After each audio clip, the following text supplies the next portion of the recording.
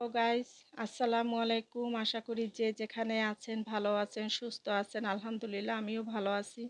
আজকে আমি কাঁঠালের মাঝের যে মোতাটা থাকে ওইটা দিয়ে একটি রেসিপি করব। ওইটা প্রথমে আমি সিদ্ধ করে নিয়েছি, এরপর এটাকে ভালো করে ছেঁচে নিলাম। সামান্য কিছু মসুরের ডাল হালকা সিদ্ধ করে নিয়েছি।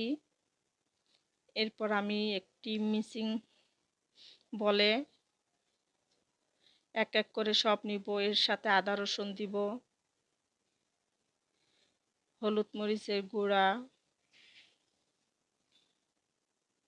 3 টেবিল চামচ, চাউলের গুঁড়াও নিলাম মচমচে হয়, গরম মশলার গুঁড়া, চিলি ফ্রাই,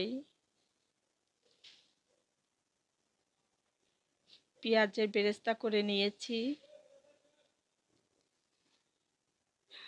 1 টেবিল চামচ চিনিও নিয়েছি, টেস্ট বাড়ার জন্য পরিমাণ মতো লবণ নিয়েছি, একটি ডিমও নিয়েছি। এরপর সব উপকরণগুলো এক এক করে আমি দিয়ে সব মিশিয়ে ভালো করে মেখে নিচ্ছি। এরপর আমি গোল গোল করে ভেজে নিচ্ছি। এগুলো মাংসের কিমার মতোই মনে হয়, চপ খেতে যেমন হয় ওই রকমই। যদি আমার ভিডিওটা আপনাদের ভালো লাগে কমেন্ট করে জানাবেন এবং আপনারা সবাই ভালো থাকবেন।